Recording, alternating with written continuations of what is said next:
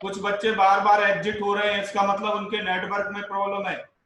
वो network change करें, proper network use करें।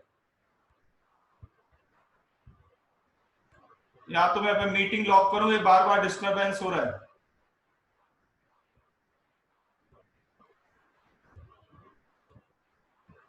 देखिए पहली प्रॉब्लम है, आपके पास एल्यूमिनियम सल्फेट है 0.4 m, 0.4 m। First problem aluminium sulphate है। तो मैंने पूछा था एल्यूमिनियम आयन की मोलरिटी क्या होगी।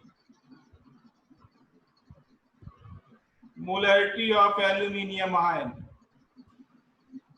तो जो कॉफिशिएंट है उससे मल्टीप्लाई कर देंगे 0.8 m। सिंपल है बिल्कुल फर्स्ट प्रॉब्लम। सेकेंड प्रॉब्लम देखें, आपके पास है 1.6 मोल Fe4FeCN6 होल थ्राइस। 1.6 मोल है आपके पास Fe4FeCN होल 6 होल थ्राइस। आपसे पूछा था मोल्स ऑफ साइनाइड आयन, तो हो जाएगा 1.6 इंटू 6 इंटू 3, इन तीनों को मल्टीप्लाई कर लेंगे। थर्ड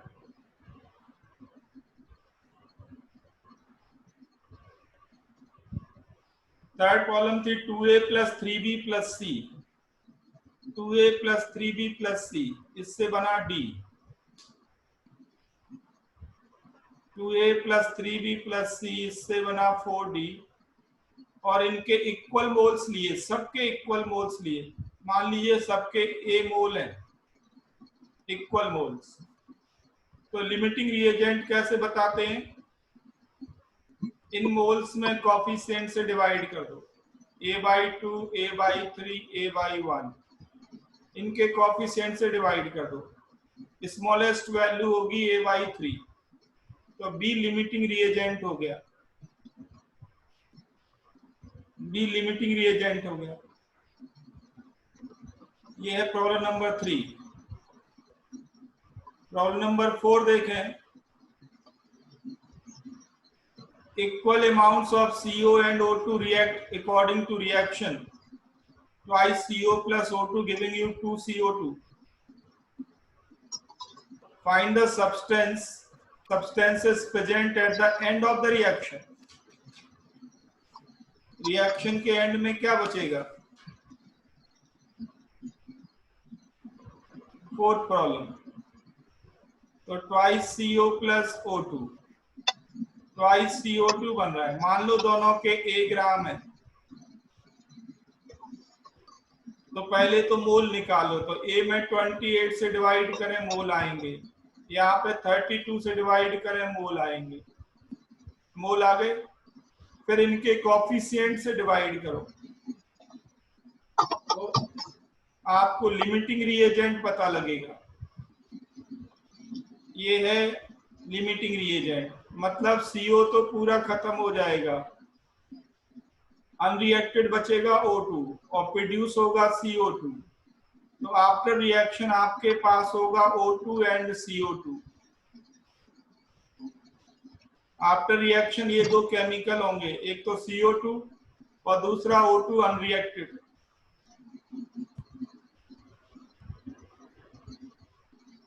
ये है प्रॉब्लम नंबर 4। 5 देखें, 5 बहुत ही आसान है। CaOH में 2 OH है, OH whole twice, but product में साफ दिख रहा है कि एक ही OH रिएक्ट कर पाया। तो इक्विवेलेंट मास हो जाएगा मोलर मास डिवाइडेड बाय 1, तो 74 ही आएगा। और प्रॉब्लम नंबर 6, 10 ml मिक्सचर है आपके पास COCH4 और N2 का, एक्सेस ऑफ ऑक्सीजन में एक्सप्लोड किया इसको। आपके पास 10 ml मिक्सचर है CO CH4 and N2। COCH4N2 10 ml है। जब इसको एक्सप्लोड कराते हैं तो 6.5 ml का कॉन्ट्रैक्शन होता है। तो देखो ये दो रिएक्शन होंगी, एक तो CO रिएक्ट करेगा O2 से और दूसरा CH4 भी रिएक्ट करेगा O2 से।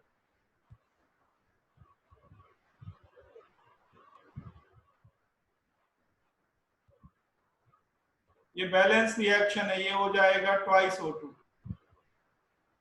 अब देखो कॉन्ट्रैक्शन आया 6.5 ml का, कॉन्ट्रैक्शन आया 6.5 ml का। तो देखें, मान लेते हैं कि ये AML है मिक्सचर में, ये A मान लेते हैं, ये B मान लेते हैं। अगर ये AML है, O2 एक्सेस में है आपके पास, बट O2 कंज्यूम कितनी होगी इसके साथ? O2 कंज्यूम होगी A/2 ml। ये BML है, यहाँ पे O2 कितनी कंज्यूम होगी? 2B। यहाँ CO2 कितनी बनेगी? 2A। यहाँ पे CO2 कितनी बनेगी? B।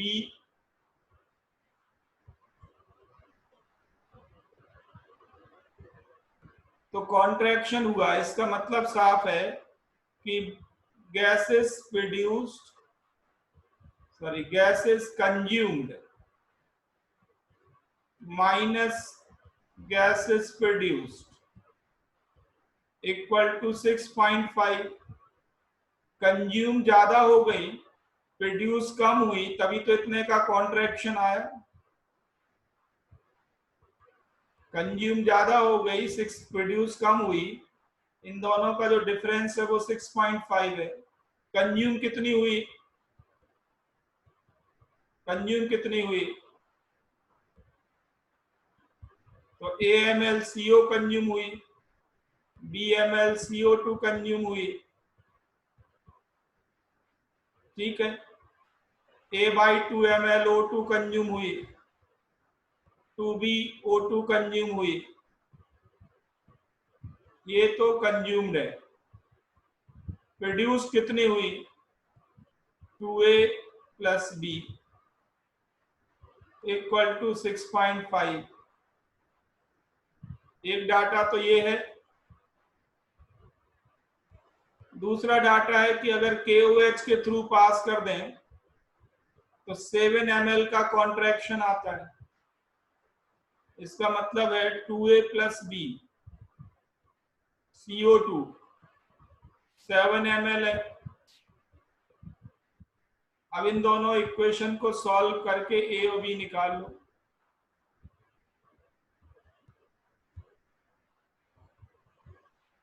इनको सॉल्व करके A और B निकाल लो, बस हो गया।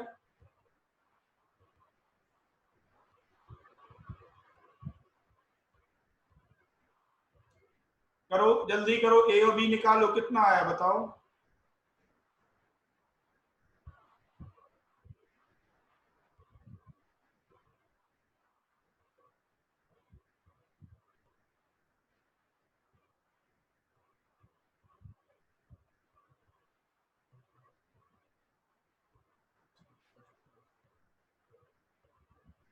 फर्स्ट रिएक्शन में कितनी CO2?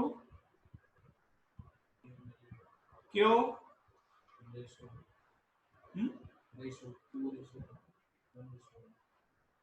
अच्छा अच्छा, हाँ बिल्कुल ठीक बात है, ये गलत हो गया। ये रेशियो 2:2 है ना, ए आएगा, बिल्कुल ठीक है, ए आएगा दोनों जगह। यहाँ पे भी ए करो और जो मैंने माइनस में लिया था यहाँ भी ए करो।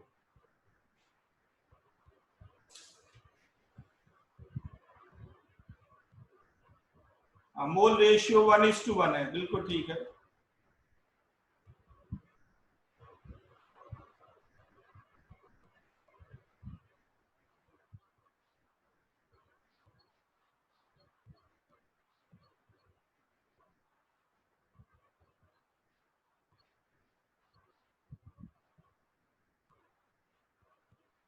तो ए आया 5 ml।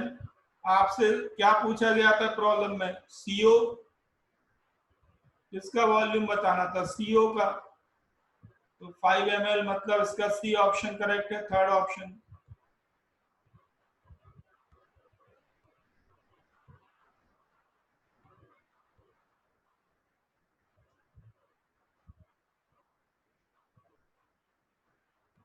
चलो ठीक है, समझ में आ गया आप सबको?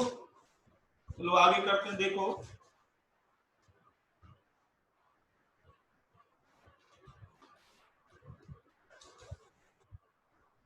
नेक्स्ट देखो, determination of molar mass of organic compound. Molar mass of organic compound,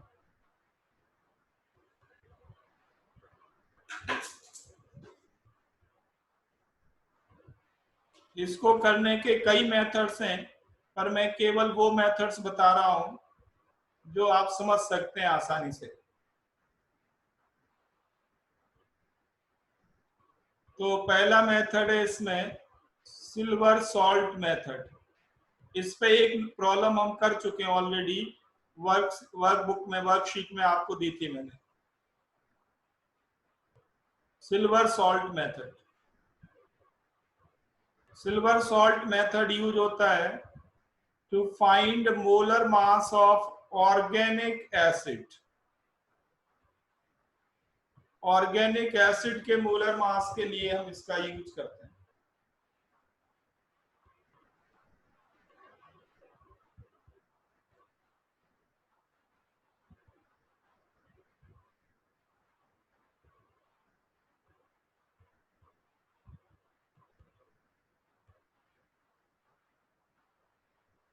तो देखो आपको गिवन क्या क्या होगा,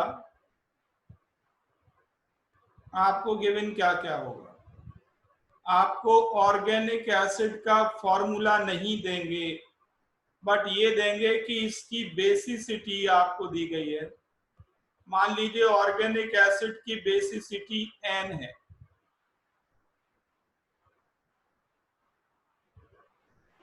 R मतलब एनी कार्बन चेन, हमें कार्बन चेन की नॉलेज नहीं है,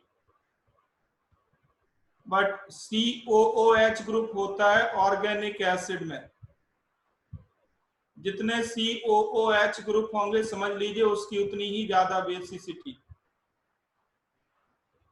तो मान लीजिए n COOH ग्रुप है, बेसिसिटी n है, ये दिया जाएगा आपको प्रॉब्लम में।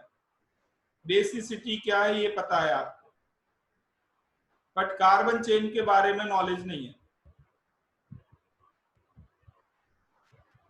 ठीक, हम क्या करते हैं, इसका सिल्वर सॉल्ट प्रिपेयर करते हैं। सिल्वर सॉल्ट में क्या होता है, जो एसिडिक एच है, ये एसिडिक एच रिमूव हो जाता है, इसकी जगह Ag आता है।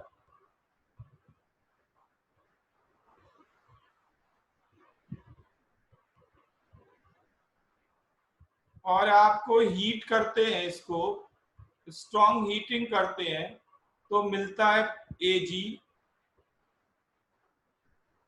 अब प्रॉब्लम में आपको ये बेसिसिटी की नॉलेज है, n की नॉलेज है, इस सिल्वर सॉल्ट का मास पता है। सिल्वर सॉल्ट का मास नोन है और सिल्वर का मास भी नोन है।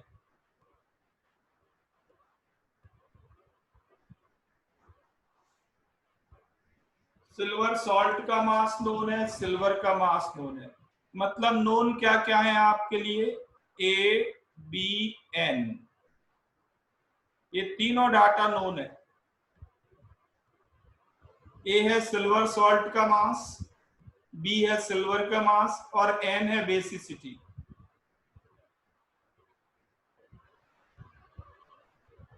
ये तीनों नोन है। और टारगेट क्या है, टारगेट है हमारा molar mass of RCOOH whole n। ये मोलर मास, हमें इस कार्बन चेन की कोई नॉलेज नहीं है। कार्बन चेन की कोई नॉलेज नहीं।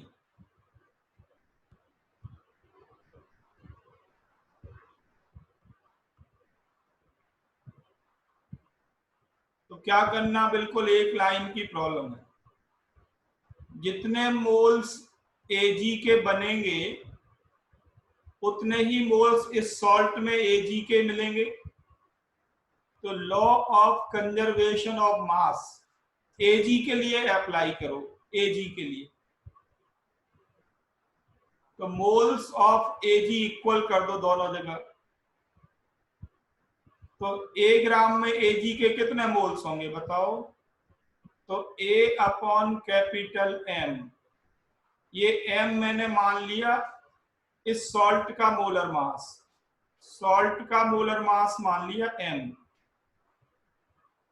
सॉल्ट का है ये। बताना है एसिड का हमें।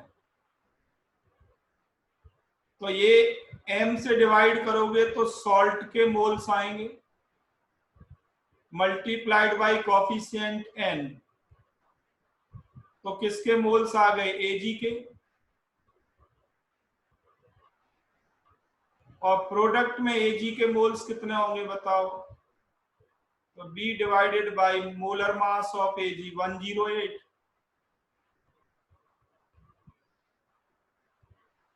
ये लाइन क्लियर हुई सबको? यस और नो?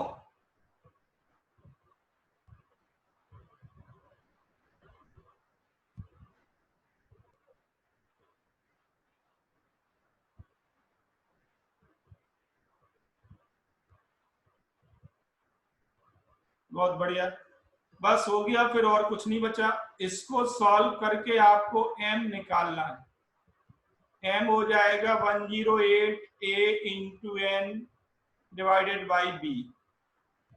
इसको सॉल्व करके आपको कैपिटल M निकालना है। आपको A मालूम होगा, B डाटा नोन होगा और N भी नोन होगा, ये तीनों डाटा नोन होंगे।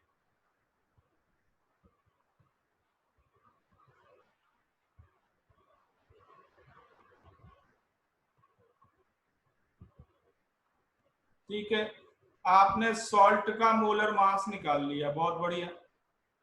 अब क्या करना, हमें तो एसिड का चाहिए, तो क्या करना है, Ag को हटा के उसकी जगह H ले आओ।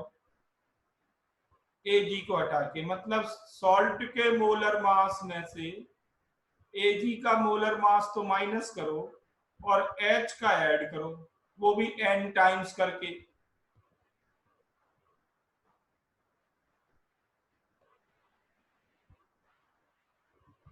हाँ, अब ये अनुराग की प्रॉब्लम है, why do we take Ag in this. बिल्कुल सही बात है, आप Ag की जगह गोल्ड भी ले सकते हैं, ज्यादा खर्च करना हो गोल्ड खर्च कर लो, प्लेटिनम भी ले सकते हैं।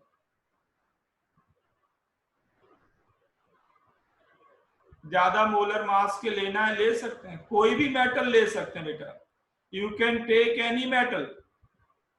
बहुत बढ़िया क्वेश्चन रेज किया।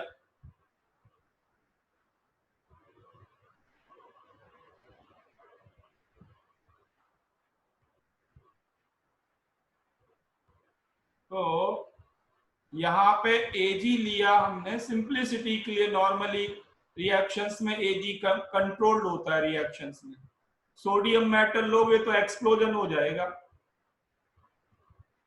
सोडियम मेटल को कोल्ड वाटर में डालोगे तो भी आग लग जाती है। तो ऐसा नहीं है कि ये सोडियम मेटल से नहीं हो सकता, और प्रॉब्लम भी आती है सोडियम मेटल के साथ। आपको मैं एक तरीका बता रहा हूं कि कैसे करना है। Ag की जगह दूसरी मेटल भी ले सकते हैं। अभी भी कोई कंफ्यूजन है किसी को?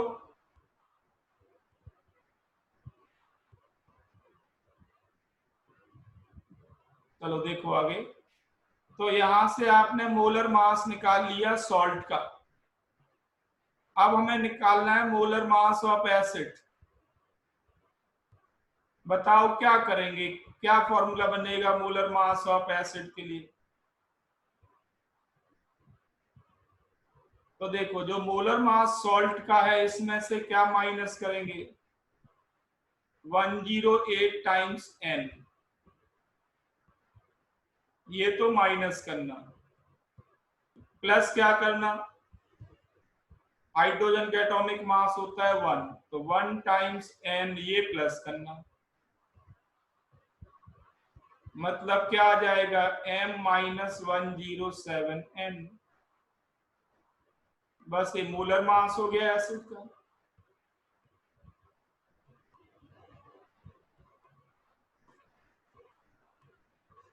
सबको क्लियर है? तो ये फॉर्मूला नहीं रटना, ध्यान रहे, अनुराग ने बहुत बढ़िया प्रॉब्लम रेज की, ये फॉर्मूला नहीं रटना, आपको मेथड आना चाहिए। हो सकता है एग्जामिनर प्रॉब्लम में सोडियम मेटल के साथ दे दे, कैल्शियम मेटल के साथ, पोटेशियम मेटल के साथ, किसी भी मेटल के साथ, ऐसी मेटल जो एसिड से रिएक्ट कर जाए। आपको तरीका देखना है करते कैसे हैं, मेथड को देखना है, ठीक है। तो ये तो ऑर्गेनिक एसिड के मोलर मास के लिए है। ऑर्गेनिक बेस का मोलर मास कैसे निकालें, second method, for organic base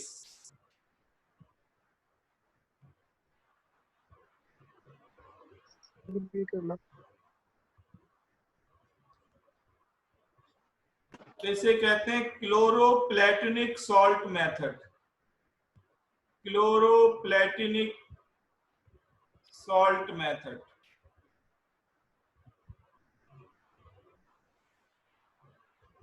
organic base के मोलर मास के लिए H2PtCl6, इसका नाम है क्लोरोप्लेटिनिक एसिड।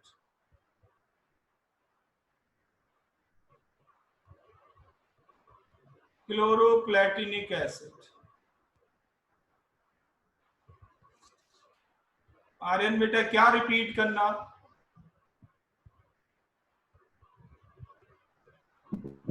ऑर्गेनिक बेस या ऑर्गेनिक एसिड?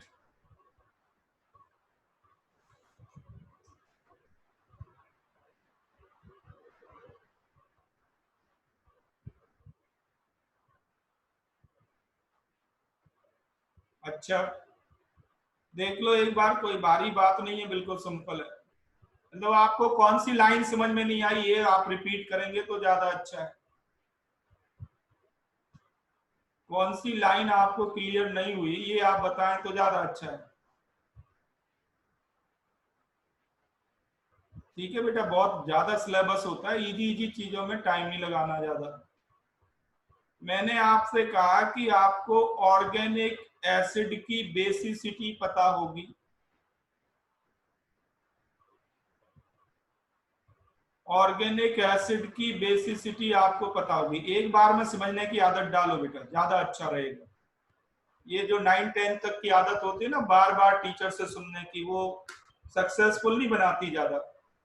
कोशिश करो कि एक ही बार में सारा समझ में आ जाए। बहुत टफ चीज है तो ठीक है 2 बार सुन लो, इनमें 2 बार सुनने का कोई ऐसा है नहीं पॉइंट। ऑर्गेनिक, ध्यान से सुनो, ऑर्गेनिक बेस एसिड आपके पास है, बेसिसिटी पता है, मतलब COOH होल एन आपको पता है।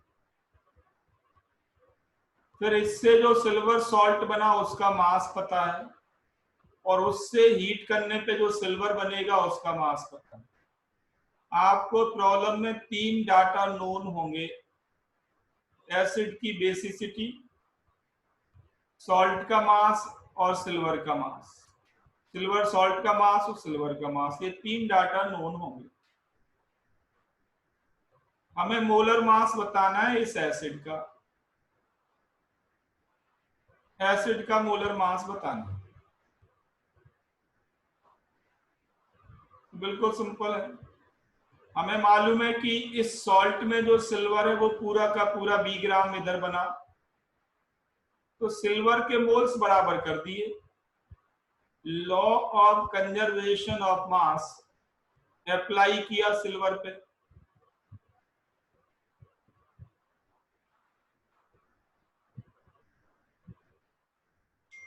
बस ये बराबर कर दिए मोल्स। क्या किया, पूरे सॉल्ट के मोल्स निकाले, क्योंकि पूरे सॉल्ट का मास पता है।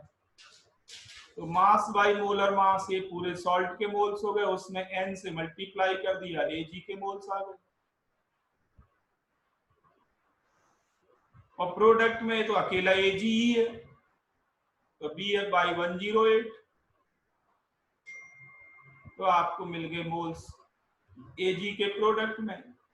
इसको सॉल्व करके मोलर मास आ गया सॉल्ट का। अब उसमें Ag हटाना है, H लाना है, तो n टाइम्स Ag कम कर दो, n टाइम्स H बढ़ा दो। तो n टाइम्स Ag मतलब n टाइम्स 108 माइनस कर दिया और n टाइम्स 1 ऐड कर दिया। अब इसमें कौन सी बात ऐसी बहुत डिफिकल्ट है?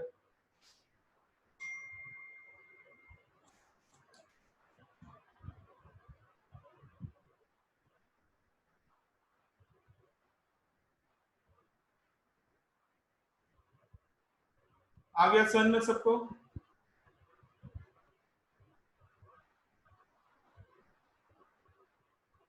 नहीं समझ में आ पाया अभी तो ये वीडियो लेक्चर आ जाएगा, इसको 8-10 बार सुन लो, कोई दिक्कत नहीं। ये आपको क्लास के बाद लेक्चर आ जाएगा मेल में। चलो आगे देखो। सिमिलर है क्लोरोप्लेटनिक सॉल्ट मेथड। ये ऑर्गेनिक बेस के लिए होता है, ऑर्गेनिक बेस के लिए मेथड होता है। ऑर्गेनिक बेस को मैं डिनोट कर रहा हूं बी से, ऑर्गेनिक बेस को मैं बी से डिनोट कर रहा हूं। अब बेस की एसिडिटी क्या है, इस पॉइंट ये है, तो इसमें दो एसिडिक हाइड्रोजन है, दो एसिडिक हाइड्रोजन है। तो अगर मैं आपसे कहूं थोड़ा सा इसमें ध्यान देना, जो ऑर्गेनिक बेस होते हैं, जैसे एक एग्जांपल देता हूं मैं आपको, जैसे CH3NH2 एक ऑर्गेनिक बेस है। जो ऑर्गेनिक बेस होते हैं वो एसिड से डायरेक्टली ऐड हो जाते हैं, इसमें वाटर नहीं बनता, केवल सॉल्ट बनता है, और ये पूरा का पूरा एसिड इसमें ऐड हो जाता है।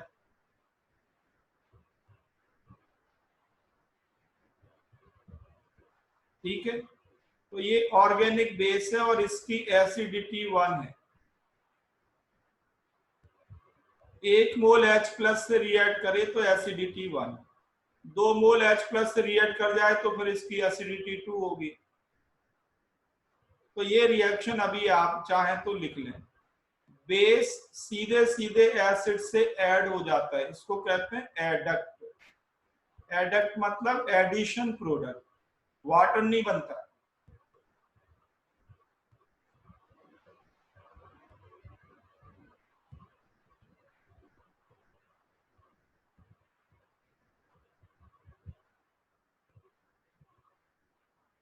तो देखो ये थोड़ा सा डिफिकल्ट लगता है बच्चों को, तो मैं बिल्कुल इजी करके आगे चल रहा हूं। मान लीजिए कि ये बेस की एसिडिटी 1 है, लेट एसिडिटी इज 1, प्रॉब्लम में दी जाएगी।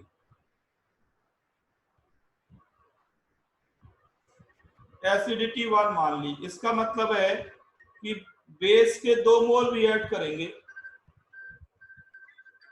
बेस के 2 मोल रिएक्ट करेंगे।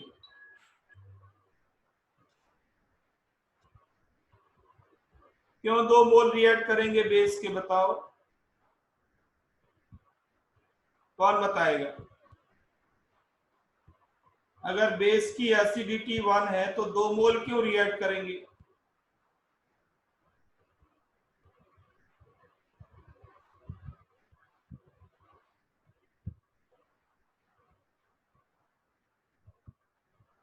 क्योंकि इसमें 2 एसिडिक हाइड्रोजन है। तो इसको ऐसे लिखेंगे B2H2PtCl6, ये पूरा ऐड हो जाएगा इसी के साथ, ये दोनों ऐड हो जाते हैं। ये बनेगा, और इसको हीट करेंगे तो आपको मिलेगा प्लेटिनम। अब प्रॉब्लम में 3 डाटा आपके पास हैं, 3 डाटा। एक तो एसिडिटी, दूसरा ये जो सॉल्ट बना इसका मास मान लीजिए A ग्राम, और जो ये प्लेटिनम बना इसका मास B ग्राम। आपके पास सॉल्ट का मास है और प्लेटिनम का मास है, और एसिडिटी आपको पता है 1।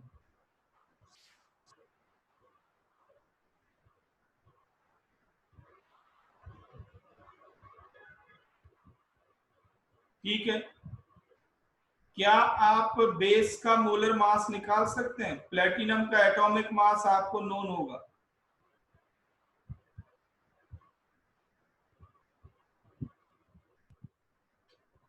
प्लेटिनम का एटॉमिक मास आपको नोन होगा।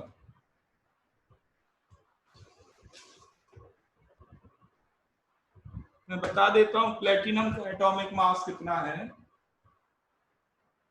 ये है 195। 195।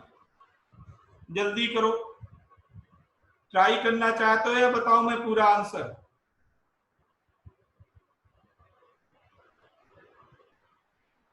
अगर करना चाहते हो जल्दी करो।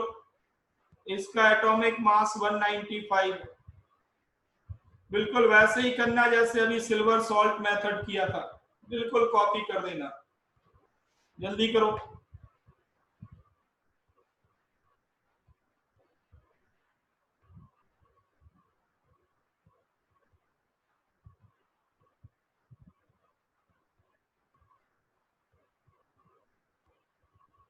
प्लेटिनम के मोल्स बराबर कर दो। प्लेटिनम के मोल्स बराबर कर देने पे आपको सॉल्ट का मास मिलेगा, सॉल्ट का मोलर मास मिलेगा, सॉल्ट का।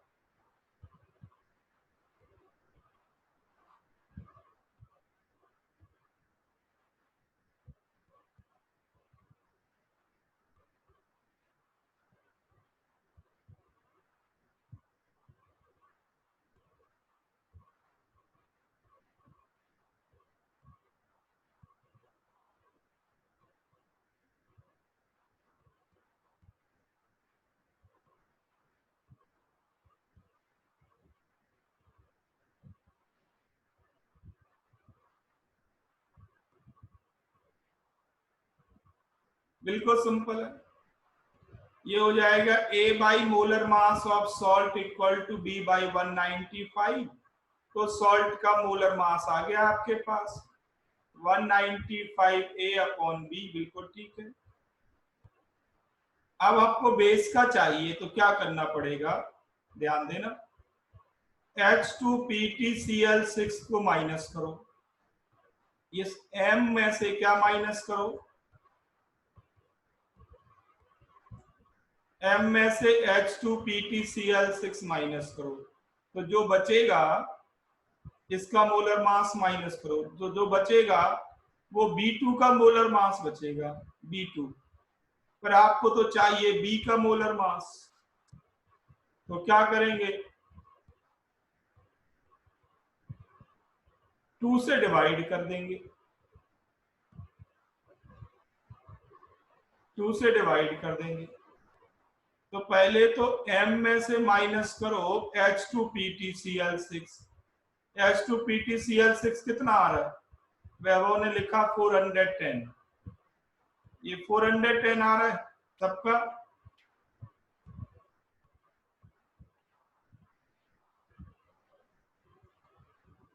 बिल्कुल ठीक है। तो क्या करना, जो बेस का मोलर मास होगा वो किसके बराबर होगा? M में से माइनस करो 410 और फिर डिवाइड करो 2 से, तो बेस का आएगा 100। 410 माइनस किया तब तो B2 का बचेगा।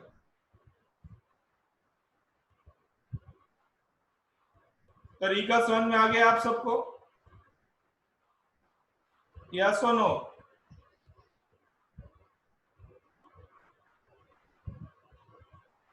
बहुत बढ़िया। अब मुझे नेक्स्ट करके दिखाओ जल्दी से जल्दी, जल्दी से जल्दी। मान लीजिए ऑर्गेनिक बेस की बेसिसिटी 2 है, ऑर्गेनिक बेस एसिडिटी 2 है, डिनोट तो करेंगे बी से ही, बट एसिडिटी 2 है। क्या फॉर्मूला बनेगा?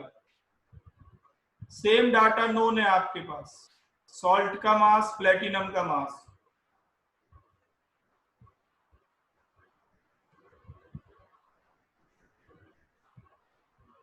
तो अब आप बताओ कि बेस के कितने मोल इसके 1 मोल से रिएक्ट करेंगे, क्या बनना चाहिए?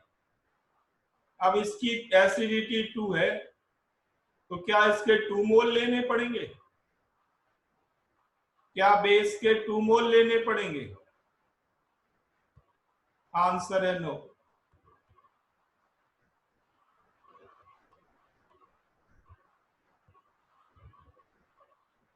मुझे लगता है आप कर लेंगे। ये ए ग्राम है, ये बी ग्राम है। एसिडिटी 2 मान ली हमने बेस की। अब आ जाएगा M-410। बिल्कुल ठीक है। अब 2 से डिवाइड नहीं करना।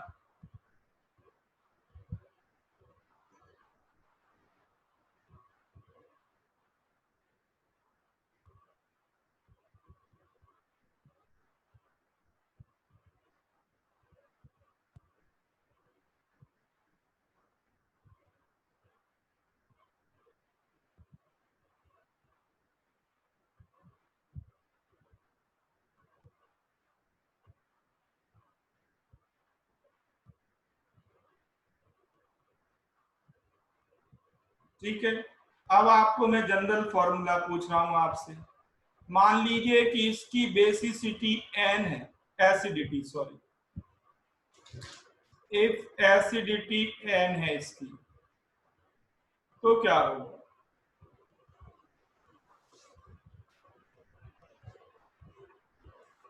तो साफ समझ में आ रहा है कि अगर इसकी एसिडिटी n है,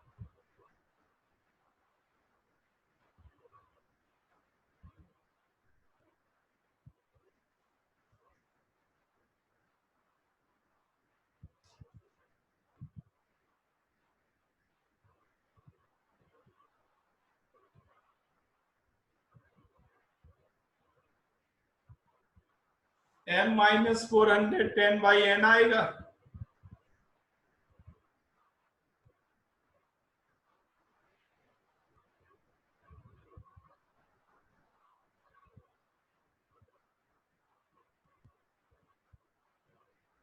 देखो, अगर इसकी बेसिसिटी n है, ठीक है, तो ये कितने मोल H2PtCl6 से रिएक्ट करेगा? n से या n/2 से या 2n से?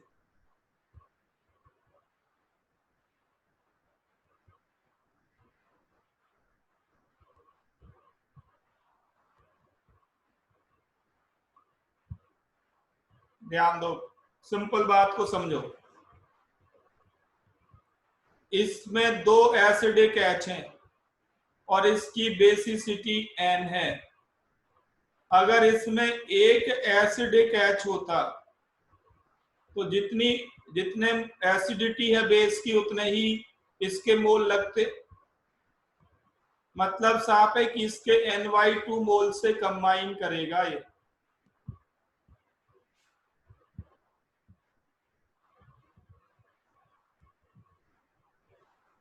अगर इसकी एसिडिटी n है तो इसके Ny2 मोल से रिएक्ट करेगा, क्योंकि जो H+ होने चाहिए वो भी तो n ही होने चाहिए। बस इतनी सी हिंट है। अब आप आगे कर सकते हैं। ये बनेगा BH2PtCl6n/2। ये सॉल्ट बनेगा। इसको हीट करेंगे तो प्लेटिनम मिलेगा। ये मान लीजिए ए ग्राम है, ये बी ग्राम है। अब आप फॉर्मूला ड्राइव कर लेंगे, कर सकते हो अब।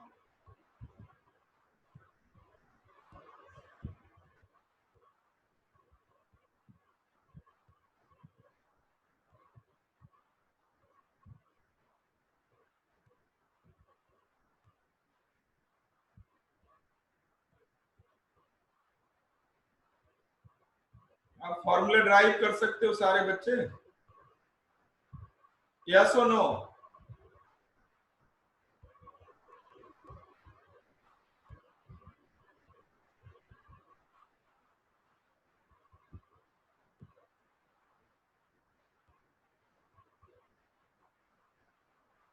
तो ये तो मेथड हुए जो आप कर सकते हैं अभी, जहां हमें ऑर्गेनिक कंपाउंड की ज्यादा जरूरत नहीं है। ऑर्गेनिक एसिड और बेस के लिए ऑर्गेनिक केमिस्ट्री में भी कुछ मेथड और हैं, वो आपको बाद में पढ़ाएंगे। ऑर्गेनिक में ही और भी मेथड्स हैं, पर वो बाद में पढ़ाएंगे। ठीक है, तो ये तो बात हुई मोलर मास की।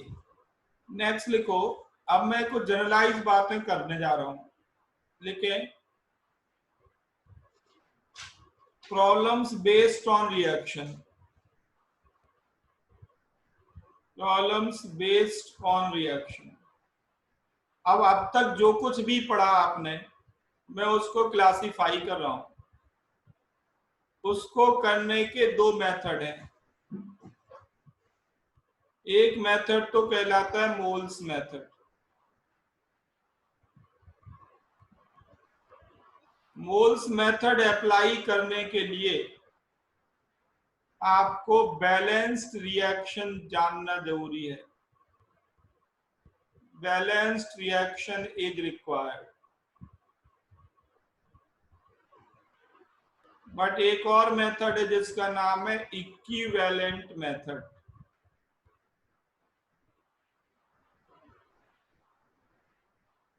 वो ये है, balanced reaction is not required.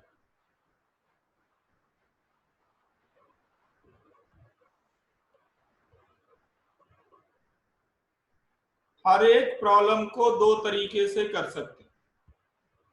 अगर आपको मोल्स मेथड लगाना है, जो रेशियो के तरीके से हमने किए हैं क्वेश्चंस, उसकी रिक्वायरमेंट ही है बैलेंस रिएक्शन। मान लीजिए आपको सारी बैलेंस रिएक्शन याद नहीं है, फिर क्या करें? तो फिर आपको इक्विवेलेंट मेथड फॉलो करना होगा। इक्विवेलेंट मेथड से प्रॉब्लम सॉल्व होंगे। ठीक है, तो मैं एक दो क्वेश्चन आपको करके दिखाता हूं, आपको समझ में आ जाएगा। बिल्कुल आसान है। इक्विवेलेंट मेथड की जो रिक्वायरमेंट है वो ये है कि आपको इक्विवेलेंट मास निकालना आना चाहिए। अगर आपको इक्विवेलेंट मास आता है तो इक्विवेलेंट मेथड आपको इजी लगेगा। ठीक, जैसे कुछ क्वेश्चंस में लेता हूं, दोनों मेथड से करेंगे। लिखें आप प्रॉब्लम, कैलकुलेट कैलकुलेट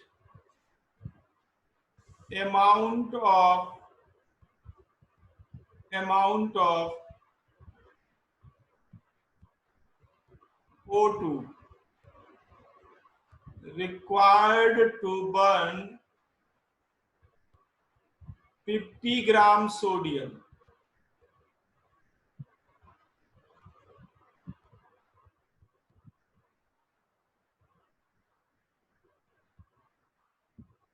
ये आपके पास प्रॉब्लम है। अब देखो, मुझे रिएक्शन नहीं मालूम, ठीक है, तो मैं रिएक्शन लिखूंगा नहीं। मालूम ही नहीं है तो लिखेंगे कैसे? ऐसे केस में मैं इक्विवेलेंट मेथड लगाऊंगा।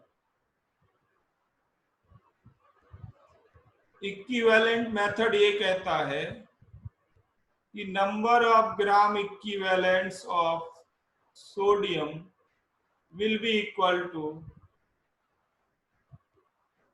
number of gram equivalents of O2। अगर हमें रिएक्शन मालूम नहीं है तो इक्विवेलेंट मेथड फॉलो करें। इसमें लॉ ऑफ इक्विवेलेंस आप लगा सकते हैं।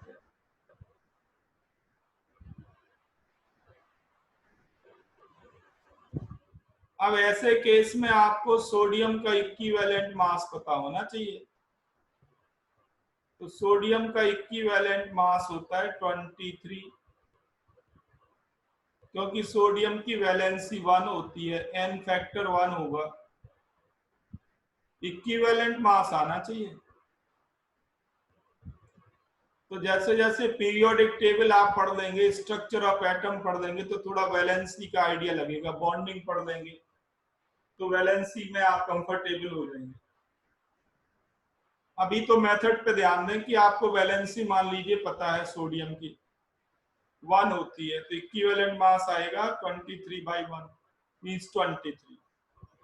O2 का मास मालूम नहीं, मान लो x ग्राम है, x divided by equivalent mass 8, solve करके x निकाल लो, हो गया।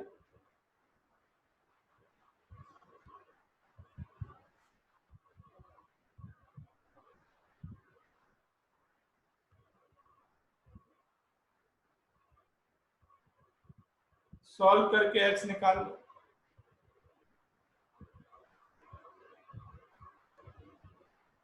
ये तो है इक्विवेलेंट मेथड, ठीक है। अब मान लीजिए आपको बैलेंस रिएक्शन याद है, तो आप मोल्स मेथड से भी ये प्रॉब्लम कर सकते, मोल्स मेथड से भी आप ये प्रॉब्लम कर सकते अगर बैलेंस्ड रिएक्शन याद है तो। 4Na प्लस O2 बन गया ट्वाइस Na2O। इसके लिए बैलेंस रिएक्शन चाहिए।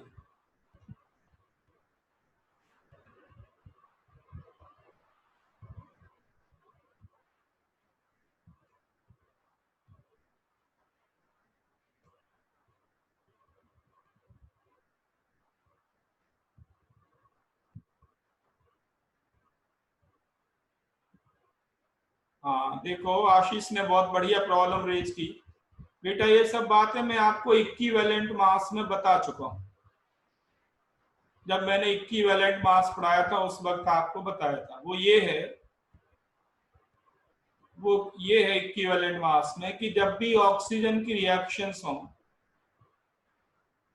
और कुछ भी ना लिखा हो, देखो ऑक्सीजन ऑक्साइड में जा सकता है, ऑक्सीजन परऑक्साइड में जा सकता है, ऑक्सीजन सुपर ऑक्साइड में जा सकते हैं। 3 आयन होते हैं इसके, ऑक्साइड, परऑक्साइड, सुपर ऑक्साइड।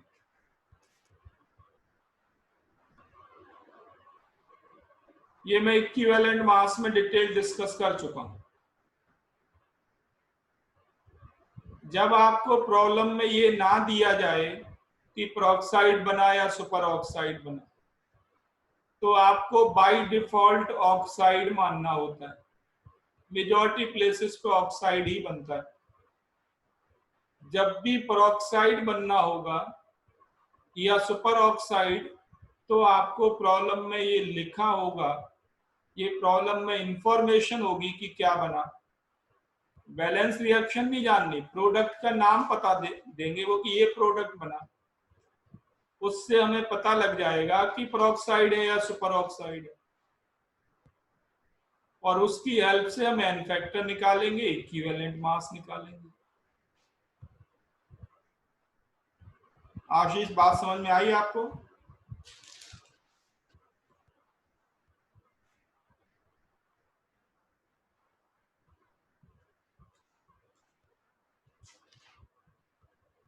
तो अगर इक्विवेलेंट मास को बदलना है तो आपको फिर डाटा देंगे, प्रोडक्ट के बारे में बताएंगे, और नहीं बताया तो समझ लीजिए ऑक्साइड है, बात खत्म। बाय डिफॉल्ट ऑक्साइड ही लिया जाता है अगर कुछ भी नहीं लिखा है। चलो देखो, तो ये मोल्स मेथड की मैं बात कर रहा हूं कि अगर बैलेंस रिएक्शन नोन है तब तो कुछ है ही नहीं। ये मालूम है आपको, moles of Na consume divided by लिखें moles of O2 consume equal to क्या आ जाएगा, 4/1। ये मोल रेशियो देते हैं कॉफिशिएंट। अब सोडियम है आपके पास 50 ग्राम, तो ये होगा 50/23 मोल्स। O2 मालूम नहीं, मान लो x ग्राम है, x/32 इक्वल टू 4/1। सॉल्व करके x निकालो, देखो क्या आता है, सेम ही आएगा।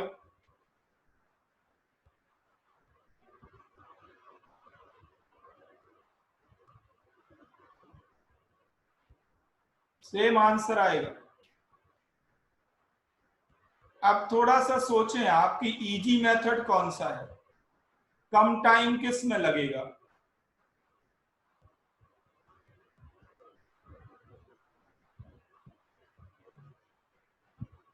इजी मेथड कौन है, कम टाइम किस में लगेगा? तो आपको थोड़ी प्रैक्टिस के बाद ऐसा महसूस होगा कि इक्विवेलेंट मेथड इजियर है, लेस टाइम कंज्यूमिंग है, बट इसकी जो रिक्वायरमेंट है वो है इक्विवेलेंट मास। इसमें आपको बैलेंस रिएक्शन याद नहीं करना, सबसे अच्छी बात ये है। विदाउट राइटिंग बैलेंस रिएक्शन आप प्रोडक्ट लिख सकते।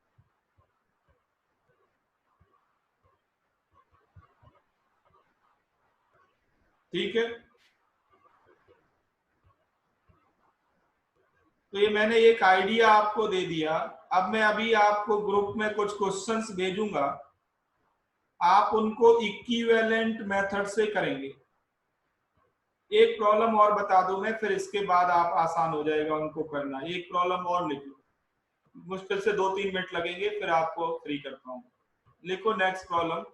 और ऐसे केस फ्रीक्वेंटली कंपटीशन में आए, जैसे ध्यान दें Al2O3 मेरे पास कोई कंपाउंड है, तो इसका जो इक्विवेलेंट मास होगा ना, इक्विवेलेंट मास ऑफ Al2O3, उसमें कॉफिशिएंट 2 और 3 का कोई यूज नहीं होता। ये है equivalent mass of Al3 plus ion plus equivalent mass of oxide ion. अलग अलग आयन के मास सम कर दो, इन कॉफिशिएंट 2 और 3 का कोई यूज नहीं।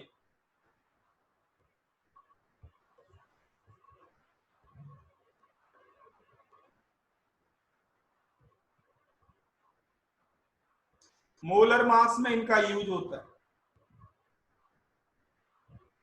अब एक प्रॉब्लम ये जो फ्रीक्वेंटली आई है, लिखें जल्दी। आपसे कहा जाए कि कोई मेटल आपके पास है A ग्राम, इससे मेटल ऑक्साइड बना B ग्राम। मेटल A ग्राम है, उससे मेटल ऑक्साइड बना B gram. Find equivalent mass of metal.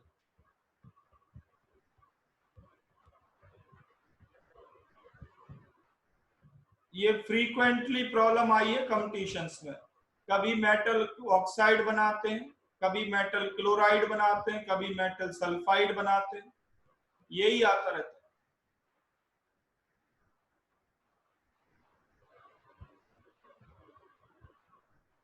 तो मेटल की रिएक्शन ऑक्सीजन से हुई होगी तब ये बना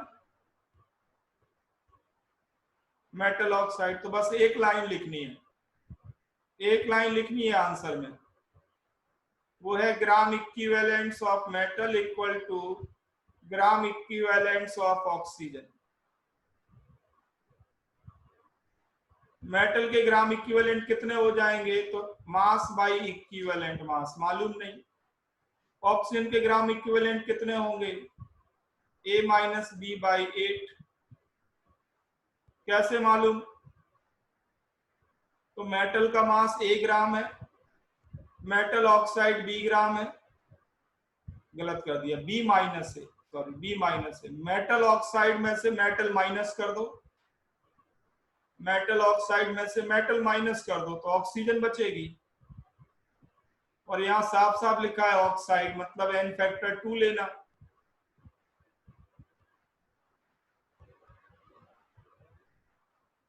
तो इसको सॉल्व करके आप इक्विवेलेंट मास निकाल सकते हैं। ये आ जाएगा 8A upon B minus. Answer हो गया।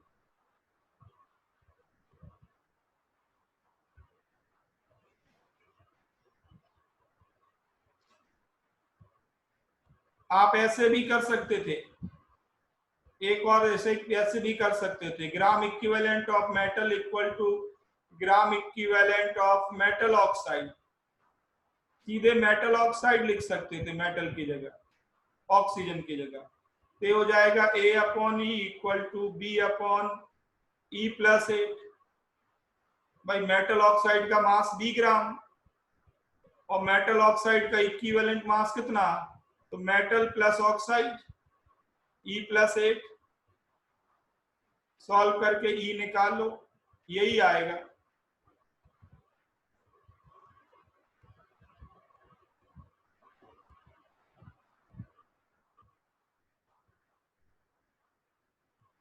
तो यहाँ पे आपको ग्राम इक्विवेलेंट्स बराबर करने, ठीक। तो मैं कुछ क्वेश्चंस आपको भेजता हूं, आप इनको इक्विवेलेंट मेथड से करना, ठीक है। और ये रिवाइज करना, चैप्टर की थ्योरी अभी इतनी ही है, इसका भी एक पार्ट और है, वो है रिडॉक्स टाइट्रेशन। रिडॉक्स टाइट्रेशन आपको रिडॉक्स में पढ़ाएंगे, रिडॉक्स टाइट्रेशन अभी बाकी है, मोल कंसेप्ट का ही पार्ट माना जाता है, वो आपको रिडॉक्स में पढ़ाएंगे, ठीक है। एक चीज और रहती है, वो कुछ बच्चों को हो सकता है पढ़नी हो, कुछ बच्चों को ना पढ़नी हो।